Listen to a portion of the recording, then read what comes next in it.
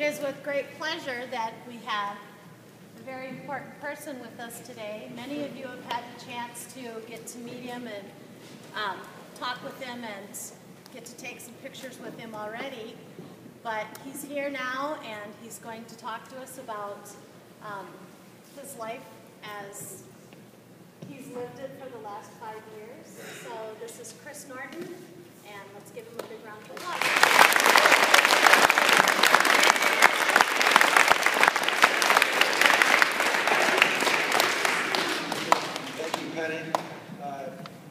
Pleasure to be here. You guys probably don't know this, but I'm a big fan of the Southwind Warriors. I have been to several football games. I've been to the state tournament game for Southwind, the state tournament for Southwind baseball. So I'm a big fan of the state baseball t-shirt. So I've always rooted for you guys, just want you to know that.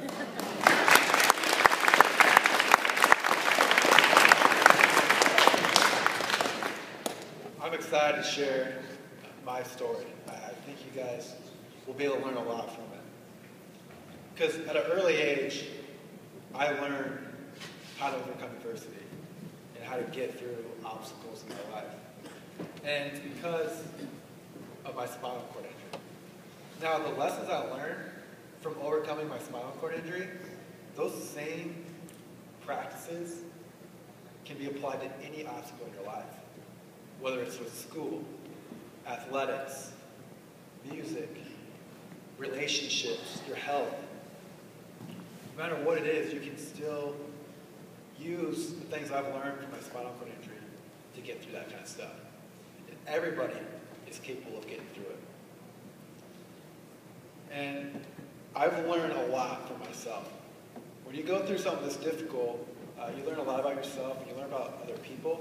And I know for myself that you can endure and take on so much more than you ever thought was possible. Because it's easy to look at me and think of all the things I've lost. But I'm here to tell you, I've gained more than I've ever lost from getting injured. And I'll explain that in my talk. But to get started, I want to play a video. And this video is from Courage in Sports.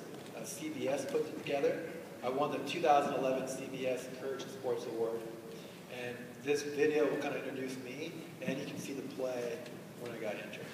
So play that, please. And now the America's Choice Honoree. My name is Chris Norton. Last year was the longest year of my life. I played football for Luther College. It's in Decorah. October 16, 2010. I was only a freshman playing special teams against Central College. The ball was kicked. I sprint down the field. The return man veers right at me. Our bodies collide. The pile clears, but I don't. Chris Norton is down as of right now. Face down, motionless like nothing. You just hope and pray that he's doing okay. So they get a wheel and he stretcher. Doctors tell me I have a 3% chance of regaining movement below my neck. I'm scared, frightened. October 17th, a day after the collision. I can wiggle my left arm, a small movement, but it's hope. A few days later, I'm doing shoulder exercises. Every moment I'm awake, I'm working. I question my determination, whether it would pay off. Should I quit? Nope. My family becomes my backbone, giving me faith. I spent 129 days at the Mayo and another 98 at the Ronald McDonald House. I returned to campus in the fall. Remember me? What's up? September 10, 2011. I returned to my team as an honorary captain. I can't play, but I can do something far greater. Just go out there and win. Some people didn't believe in me, but my family did, my team did, and I did.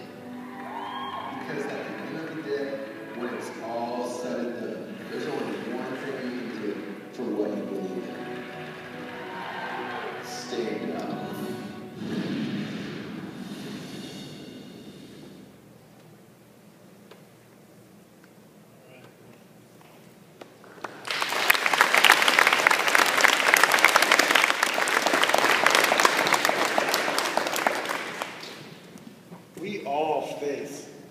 adversity in overwhelming circumstances, but nobody should be defined by them. We can shape our own future. And we can do this through what I call the power to stand. Now, the power to stand is not merely the physical ability to stand, but it's stand for what you believe in. It's to stand up in the face of adversity, to stand with confidence. And I hope after my talk, you'll feel what it's like to have the power to stand. For me, on October 16th, 2010, my life was changed forever. I was a freshman at Luther College. I attended school to play football, get a great education, make some lifelong friends. And the 6th week into the season, we're playing Central College, and we scored a touchdown. Then it was our turn to kick the ball off to the other team, and that was for me to run out in the field to cover the kick. I had to make the tackle on the ball carrier. And it would be my last play that I played as a football player. And before the ball was kicked, I knew I was going to make the tackle.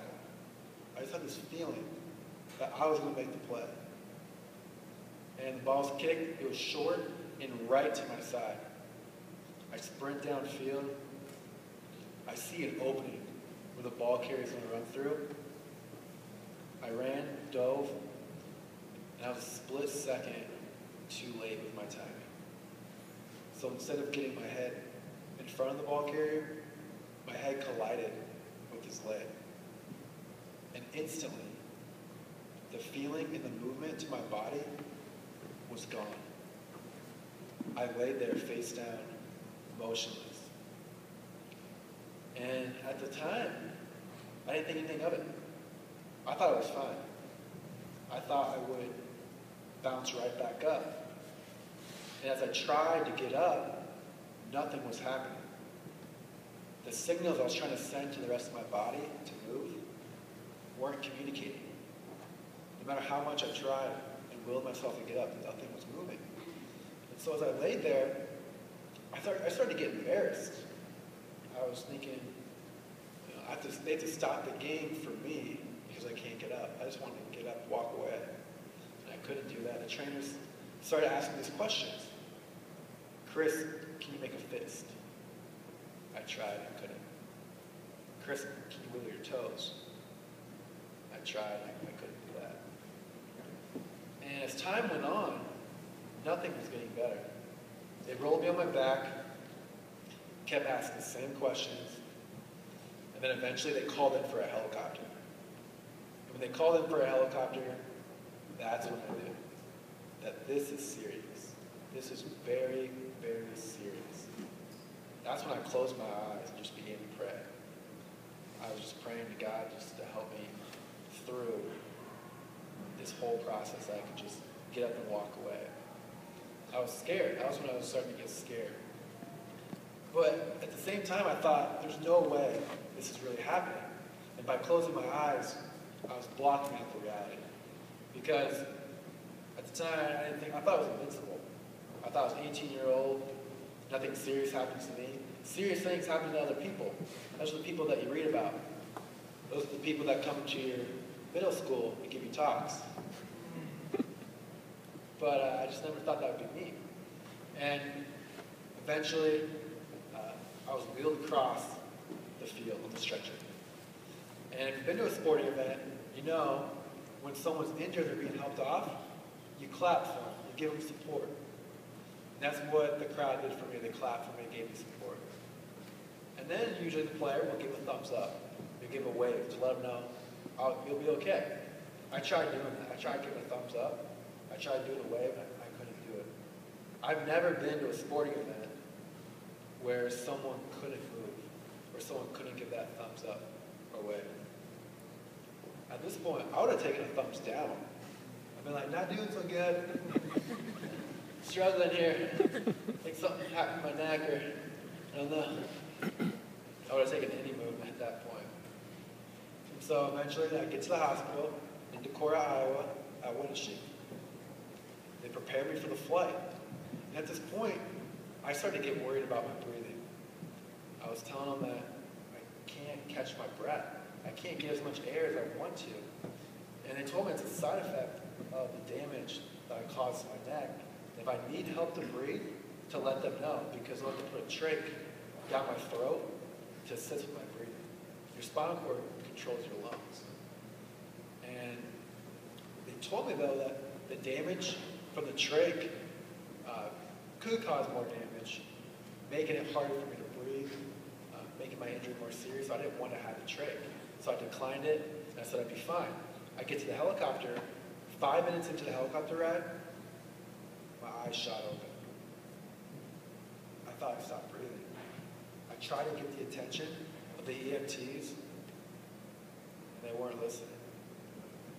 I couldn't hear a thing. They couldn't hear a thing. The propellers were deafening.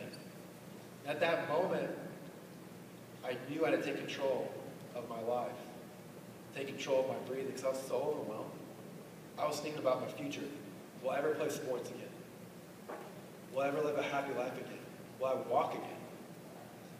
And I got myself freaked out. I panicked. And all I needed to do was to focus on breathing. So that's what I did. I just focused on one breath at a time. I counted my breaths. It was kind of a defining moment for me because I had to, from there on out, take my life and my recovery one breath, one step at a time. And just figure out what's most important in your life. That's what I want you to take away from that, is that life can be really overwhelming. There's a lot of things going on. It can be very stressful, but just take care of the most important thing. Just focus on one thing at a time, and then move from there. That's what I did. I didn't take a breath. Just remember to breathe. Just take it one step at a time. I get to the hospital. They prepare me for surgery. They take x-rays, they take MRIs. They had to realign my neck. I will avoid those details. But there are some excruciating things I had to go through before surgery. One of the most excruciating moments was when I had to take the MRI picture. Now, if you've ever been in an MRI machine, it's a really tight corner room. And this machine makes a loud, rattling noise. It's really annoying to lay there for 45 minutes to an hour. I had this neck brace on that was really uncomfortable. It felt like it was digging in the back of my head. And I just hated it. And I asked them if they could move the neck brace, and they couldn't, to not damage my neck. So I was just miserable. I was overwhelmed. And I remember just praying, oh God, please let me go to sleep. God, just please sleep through this. This will be the longest 45 minutes of my life. Next thing I know, I'm getting lowered out of the machine. I fell asleep. I couldn't believe it.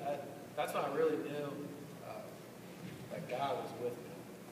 That was comforting to me. So then I get into the surgery room, and the doctor asks, do you have any questions? And this whole time, I had one question that I was scared to ask. Because up to this point, I didn't ask one thing. I was scared to ask any questions until they knew all the information, that all the answers they needed before surgery. I wanted them to give me the best answer they could. And so the question was, will I walk again? And the doctor just bowed his head and said, I don't know. He had such a defeating look. And that's when first time I started crying. That's when all the strength that I had went away, and I felt really weak in that moment. So the next thing I know, the lights go out, and I'm asleep. But now, what would carry me forward through my recovery were the lessons I learned growing up when I was in elementary and middle school. Something I was really passionate about growing up was basketball and competing at anything, whether it's academics, card games.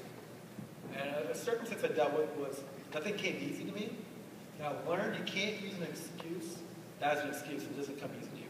Just because something's difficult doesn't mean you shouldn't work through it. Doesn't mean you should quit.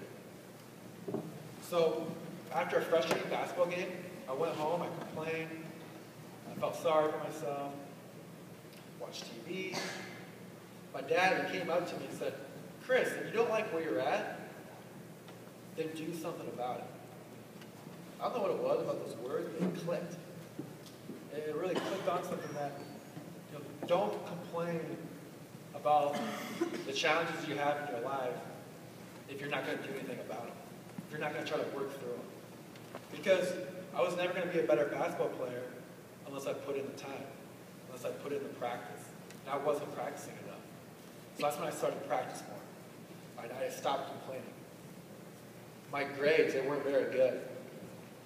I felt sorry for myself that I didn't get very good grades. Well, I wasn't reading at home. I wasn't doing my homework. And that's when I started doing my homework, doing more reading. And I got my grades up. I really worked hard. And so I just applied this to everything in my life. It's just working through it. If you don't like where you're at, then do something about it. I kept going. Eventually in high school, my basketball coach likes to tell the story of when I would shoot baskets before practice and after practice. I was always trying to create opportunities for myself to get a little bit better. But he wants to go home after practice. He has a family. And I always would keep him late. So what he would do, he'd lock the basketballs up before practice got over so I couldn't get one. Well, I brought my own basketball. And eventually he just turned off all the lights in the gym so I couldn't see where I was shooting. But there's always little things like that where I was always trying to work to get a little bit better. And that's something you all can do. You have opportunities all around you to get better. Whether it's music, school, athletics, friendships, relationships, whatever it is.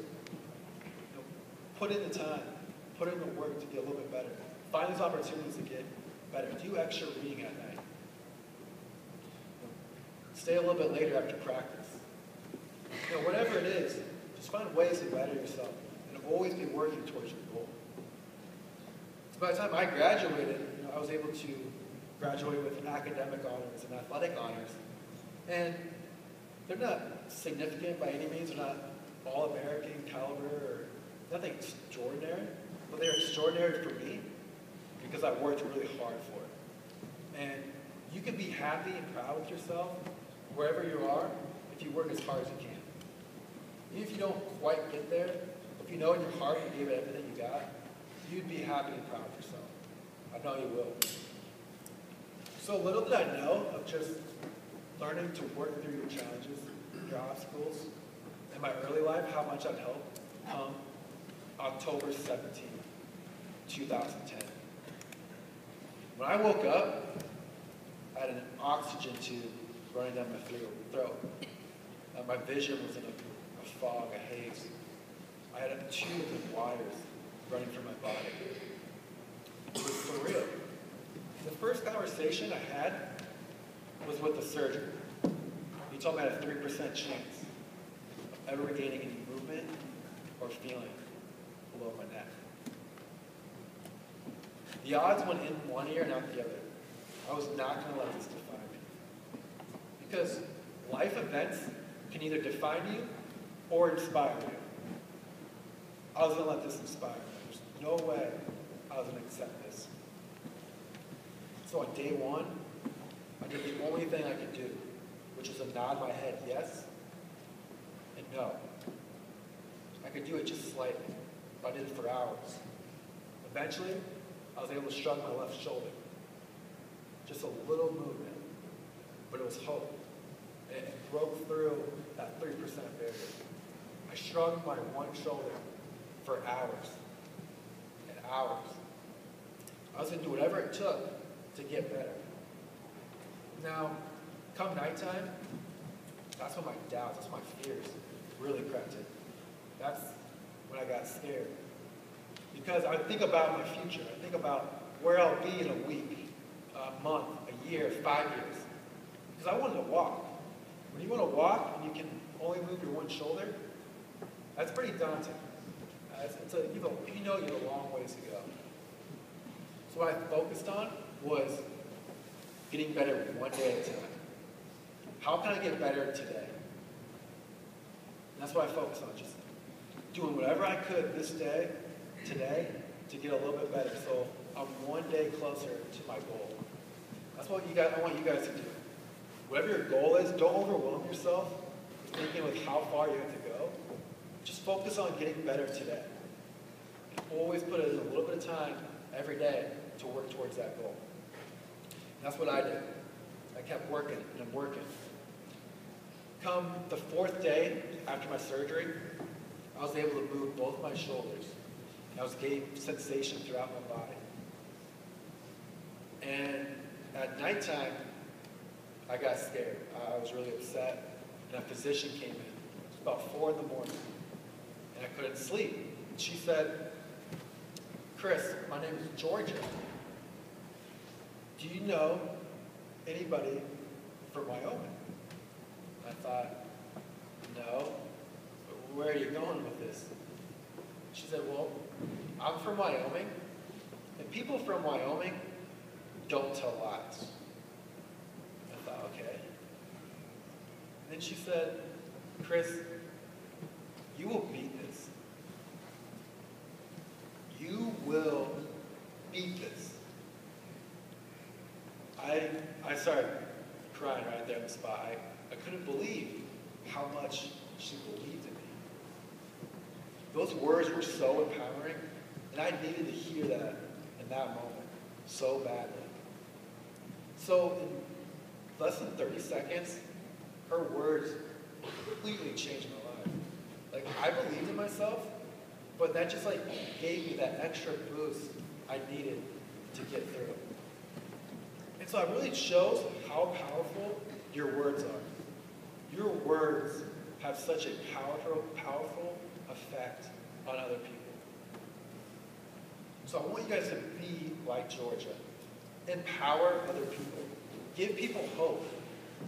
Don't bring them down. Give them hope.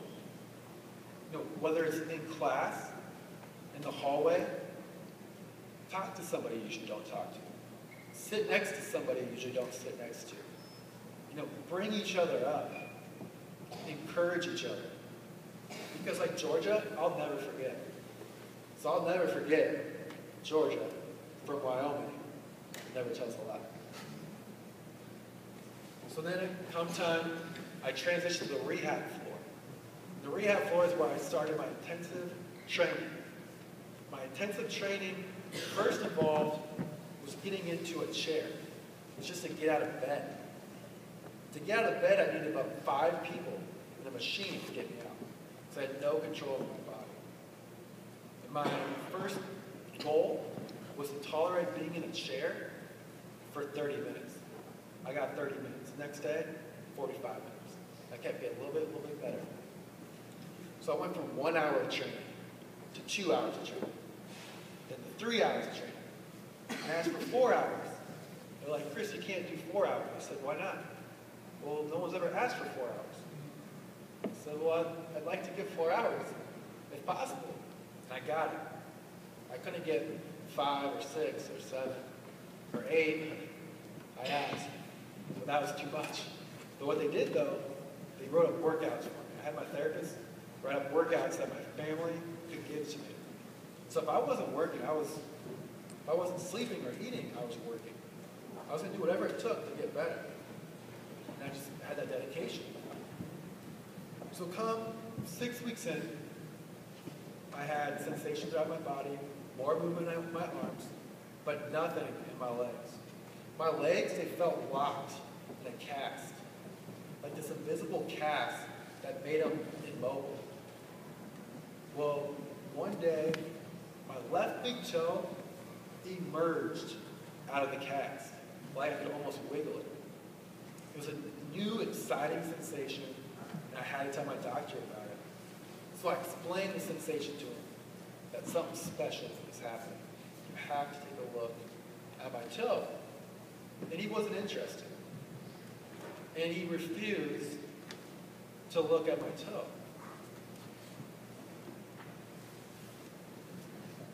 I didn't understand. I was so happy. I was so excited.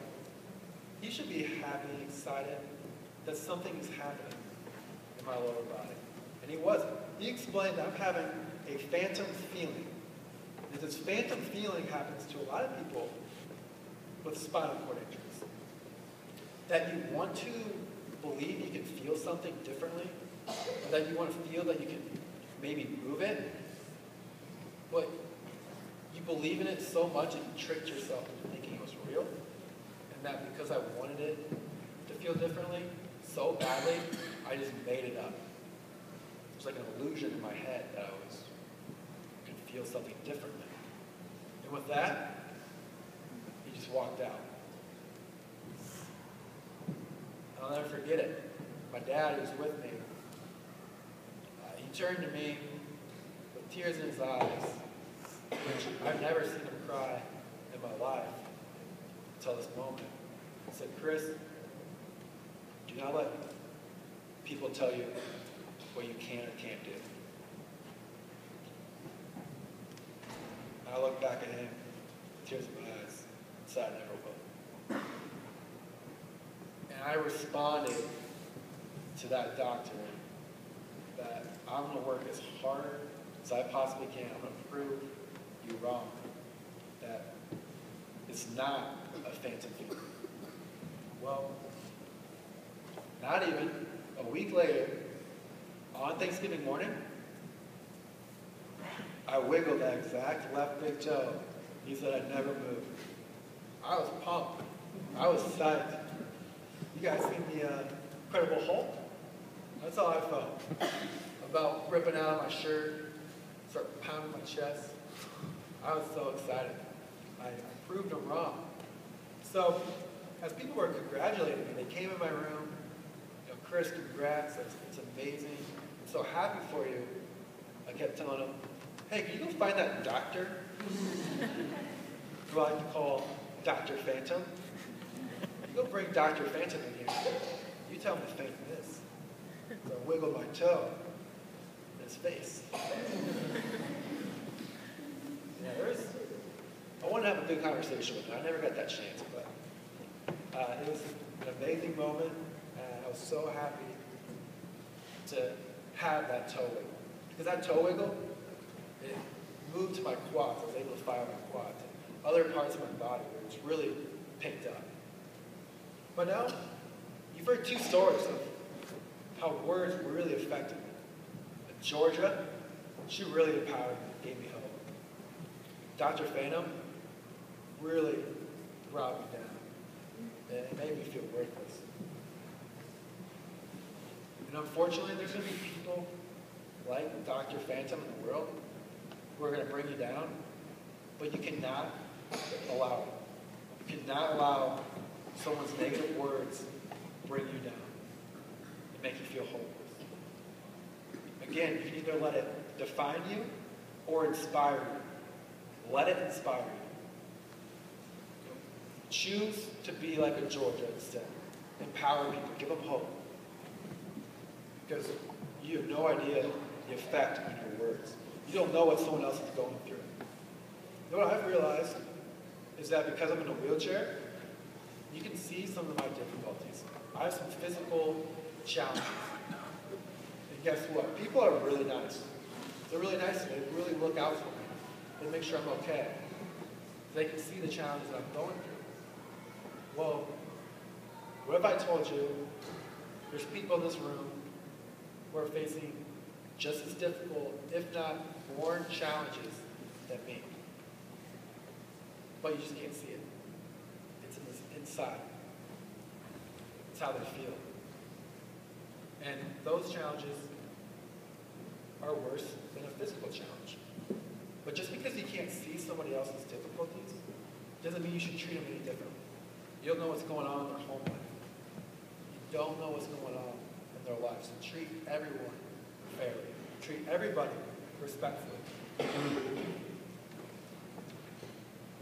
So, after the hospital, after I proved Dr. Phantom wrong, I continue to get stronger.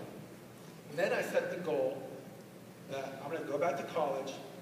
When I'm done with college, I'm going to walk across the stage of my graduation. Now, I have no idea how I was going to do that, but I decided to make it my goal. Now, I'm going to put myself out there and make it happen no matter what. Because again, just set big goals for yourself, because if you work as hard as you possibly can be proud and happy with where you are at the end of the day. And that's what I felt. So I made it public, I wrote a blog, I made it on Facebook, I told everybody I talked to, this is my goal. The Des Moines Register ran as a cover story that I vowed to walk across the stage. So the pressure was on that I had to make it happen. And it kept me really focused. I finished school a semester early so I could move out to Michigan to train. So I trained for 6 months straight with no distractions for 5-6 hours a day. Well, I want to show you guys this next video of the results of my graduation walk, which this graduation walk happened in May of this last year. And another special story I want to say with it is that the woman walking with me is my fiance. And I proposed to her the day before the graduation walk. And I gotta be honest too, I was more nervous for the proposal than the graduation walk. Now that she'd say no, I just wanted to go perfectly. But I want you guys to see the walk. Over a year ago, I set the goal to walk on stage at graduation. Well, now, today's that day, and I'm about to walk across the stage at graduation with my fiance, Emma. We just got engaged yesterday. Congrats to Tom. You're getting stronger and stronger, and I really want to show everyone how far I've come. Just that you can set big goals for yourself. You just got to go out there and make it happen.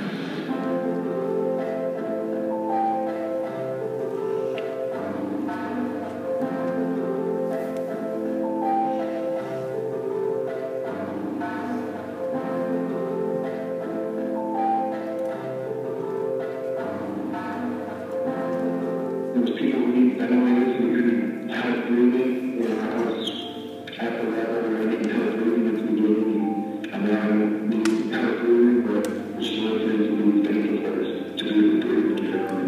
When you break it all that hard, and that's a lot of things in life you can really appreciate things, and that's what I do is joy.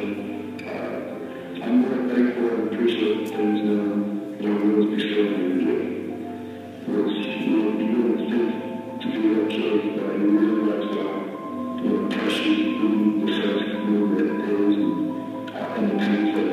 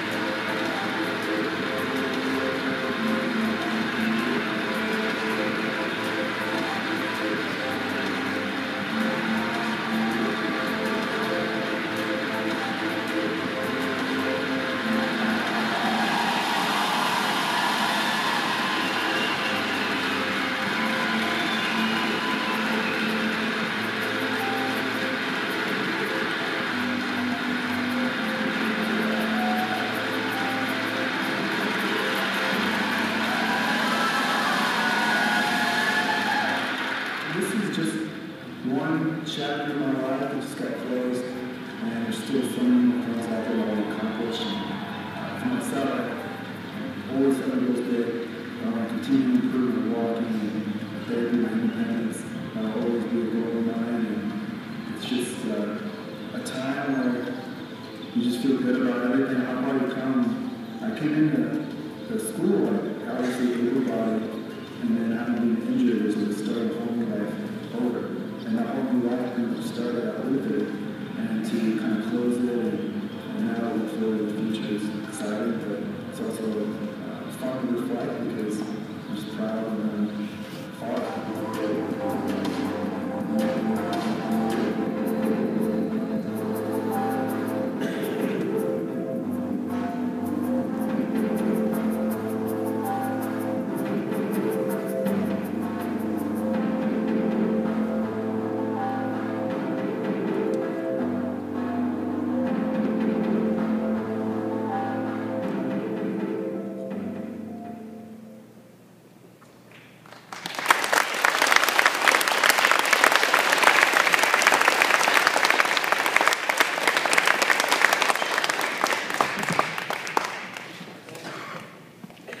Did you guys notice the woman in blue in the video? That's my mom. She cries a lot. She's a pretty emotional lady. Fun thing about me and my mom, I like to prank her.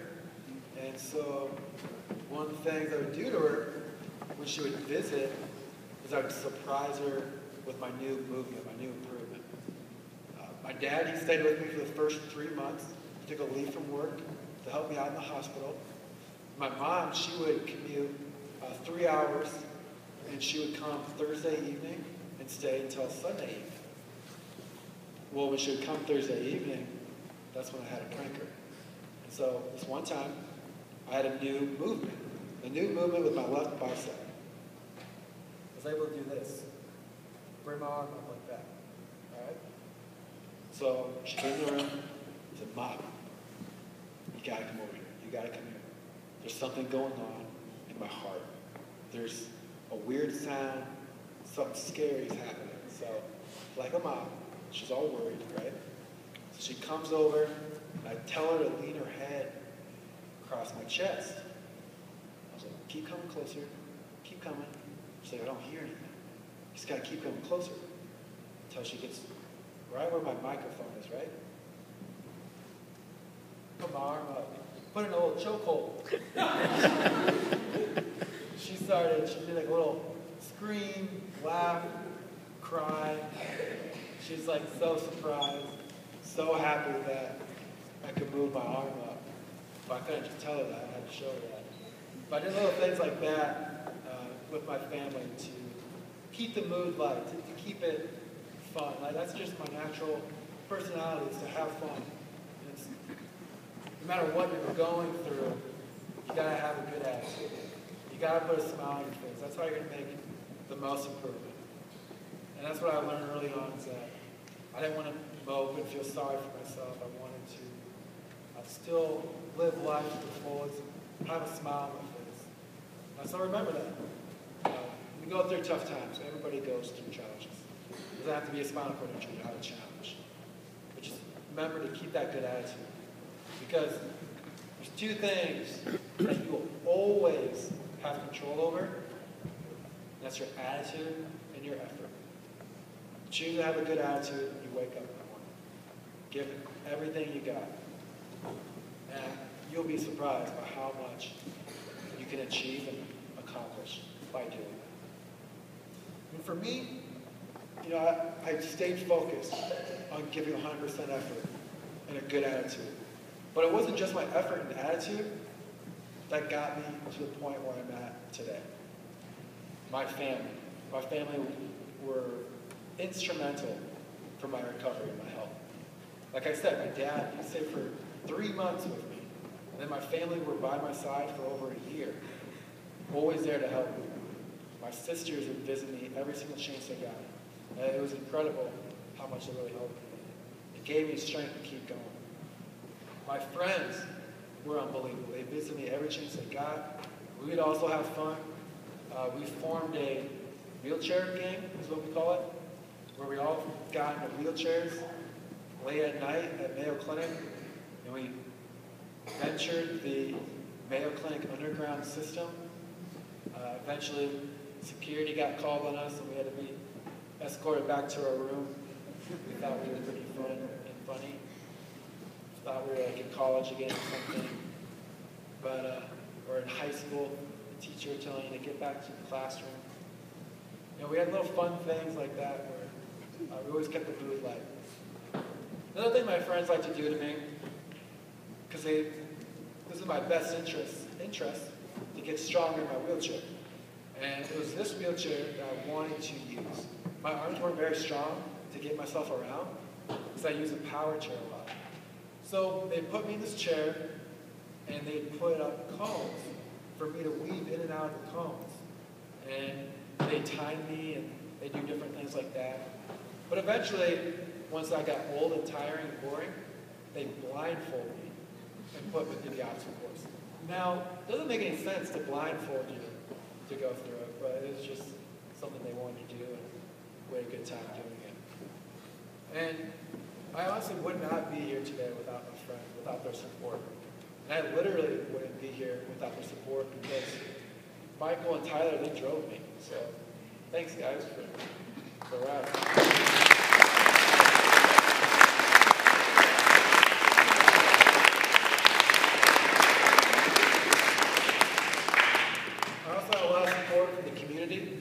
For people like themselves, writing letters, sending nice messages, and that was unbelievable. It really showed the good of community.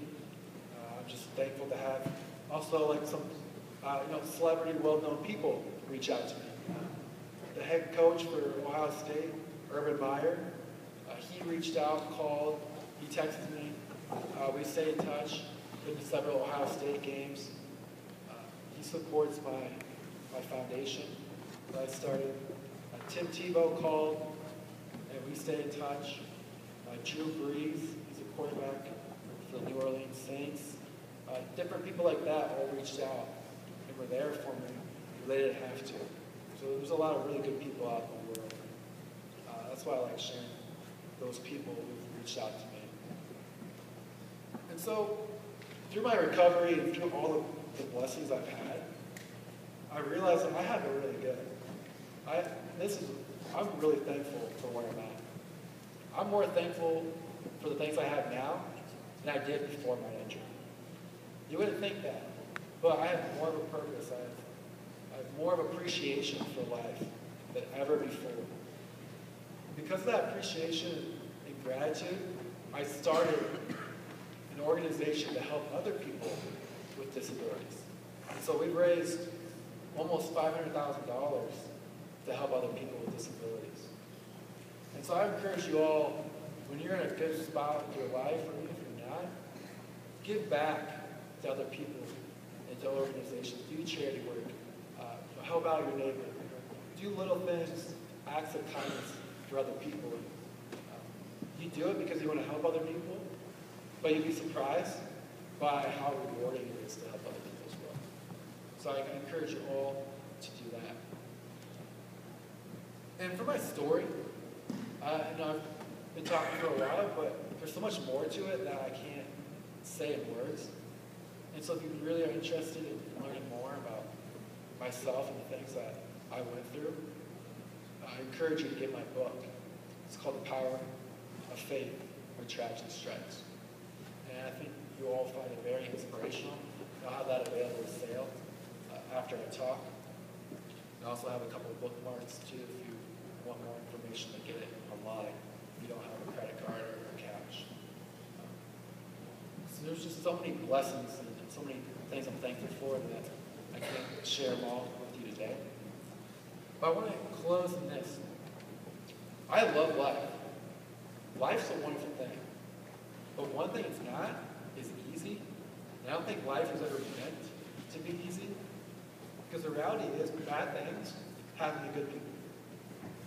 But what's most important is how you respond to it.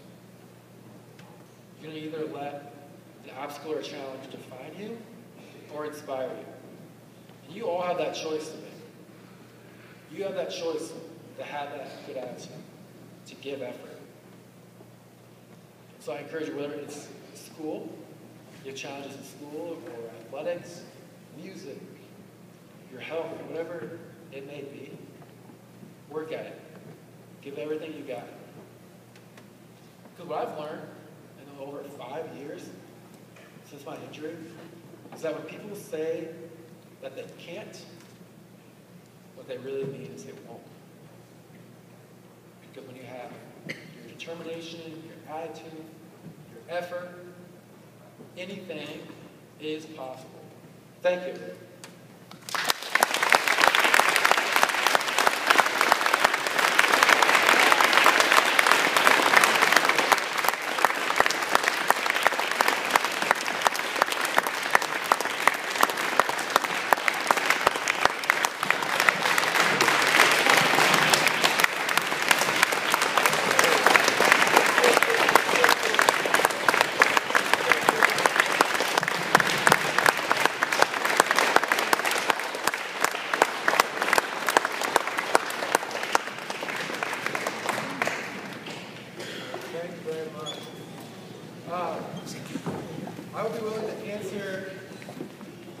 Answer any questions that you may have. So feel free to ask a question. Yes?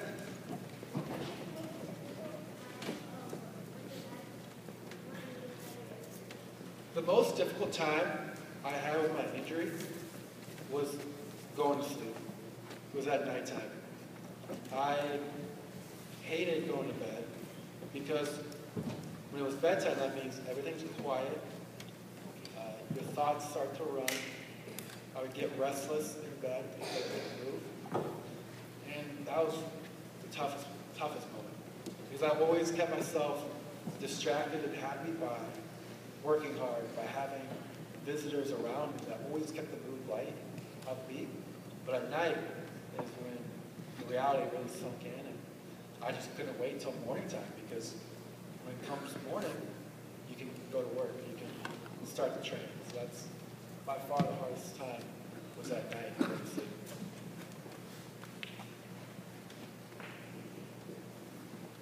Yeah. Where did I come from? I grew up in Altoona, Iowa, which is by Adventureland. So if you guys know where Adventureland is, I'm sure you do.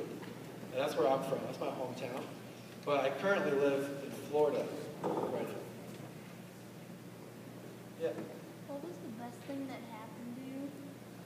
What was the best thing that happened to me?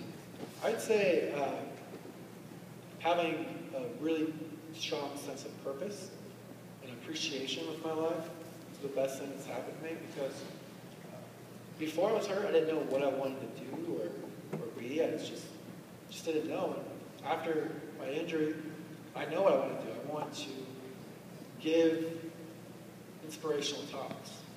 I want to inspire as many people as I can and give back as many people as I can with my foundation. So I have a real strong sense of purpose now. Yeah. How do you think your life would change if you didn't have this accident? How would my life change if I didn't have the accident? And kind of my last answer, I think I would have had such a strong sense of purpose. Is the biggest difference. But I was just planning on, getting a business degree, maybe going to law school. I really didn't know what I wanted to do before my injury, but I feel like just an average job. I'm not sure what passion I would have had if I didn't have my injury. Yeah. Would have I met my fiance if I didn't have my injury? And I don't think I would have met her. So that's another, what I consider a blessing for me, is I met my fiance. I don't know if that would have happened if I hadn't gotten hurt. Yeah.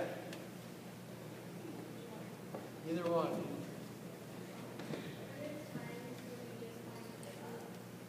Were there times I just wanted to give up? Yeah, at night.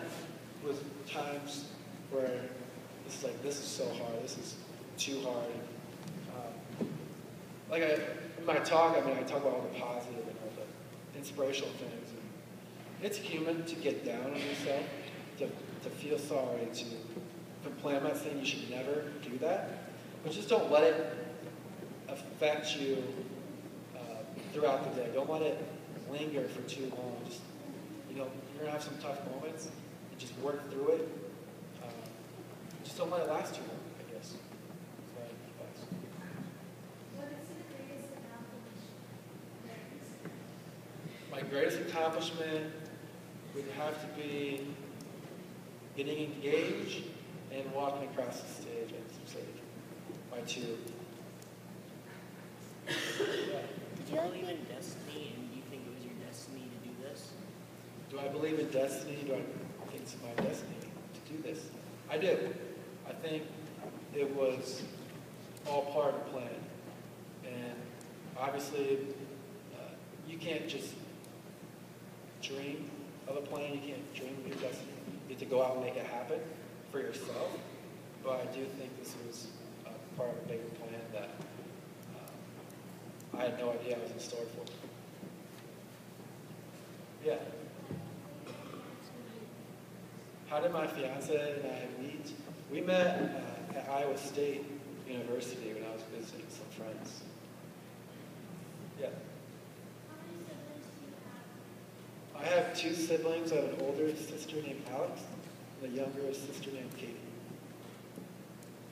What was the cause surgery you been through? The most difficult surgery I've been through would be my neck surgery. That was the most difficult. Yeah.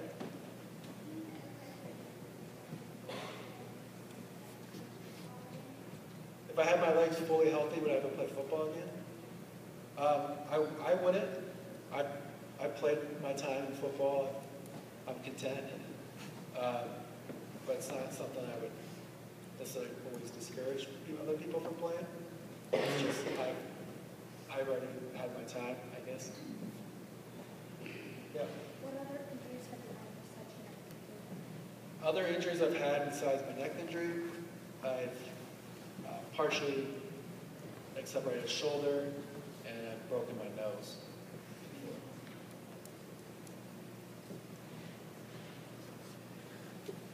Yeah.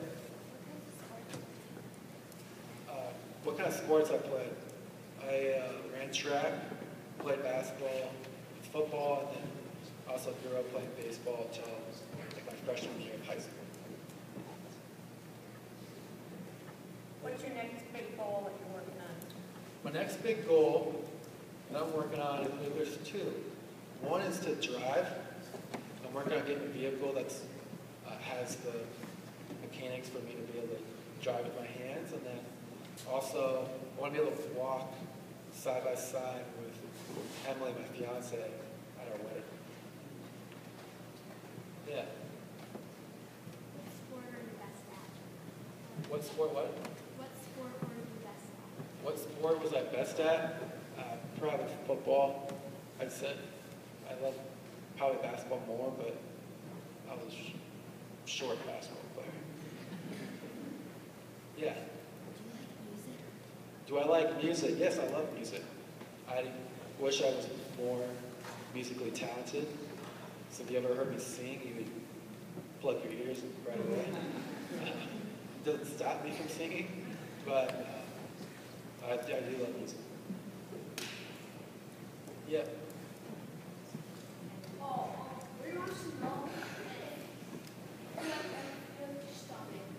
If I ever feel my stomach full, it's an interesting question because sometimes I do, sometimes I don't feel full. So sometimes I feel like I'm like a bottomless pit where I could just eat all day, and sometimes I feel like I'm full all day. But it is hard to tell whether I'm full or not full. Yeah. So what? Is it still hard to move around? Yeah, it's hard. I'm getting stronger and working on it, so it's easier to get around. Yeah. Did I still coach my team after my injury? I didn't necessarily coach, but I would participate. I'd be part of the team.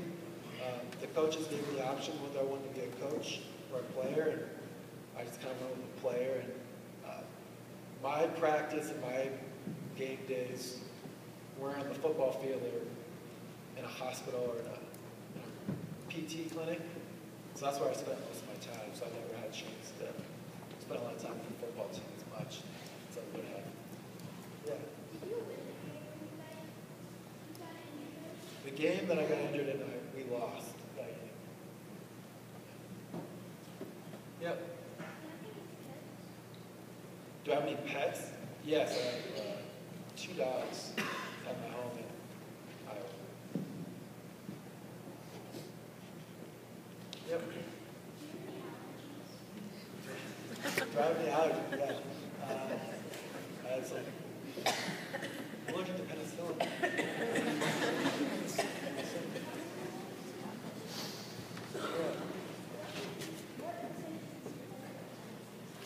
I played strong safety. It's a defensive position. Yeah, but. Who do you think is going to win the Super Bowl? Oh, good question. I think the Panthers will win.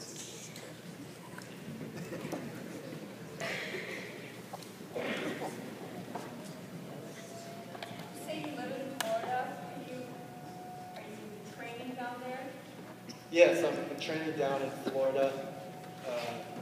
There's a facility down there that I really enjoy. I get my hours that I want. They're really smart with how to get your body right and take you to the next level. Yeah. Do you remember what team you were playing the day you got your injury? Do I remember the team I was playing? Yeah, I do. It was Central College. And Central College is actually my second choice behind Luther. Yeah. Has the guy that accidentally injured you, has he ever apologized? As a player that I got injured with or apologized, no. I wouldn't want him to apologize either. It was like a football play. It was like an accident where I don't blame myself. I don't blame him.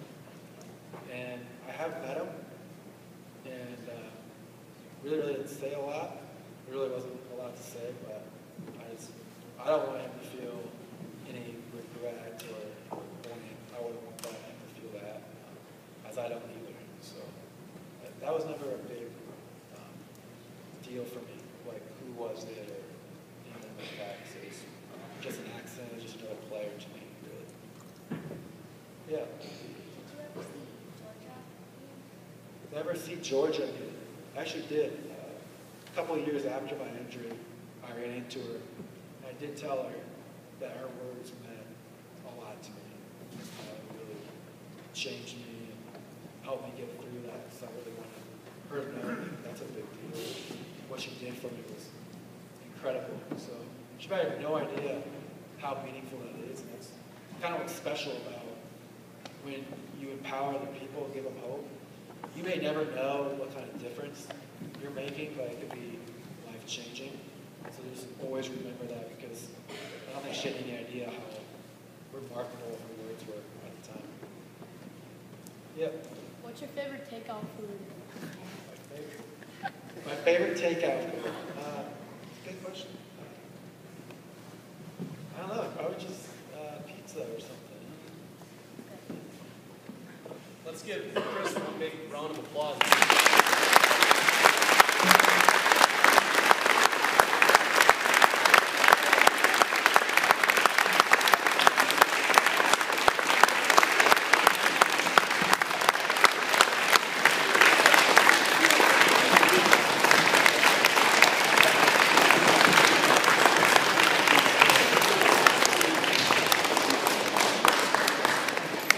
Okay, at this time, let's have the 4th graders go to lunch. Go to the lunchroom, you can get your lunch, and then go to the classroom. Does that sound good? Let everybody else kind of sit here while the 4th grade goes.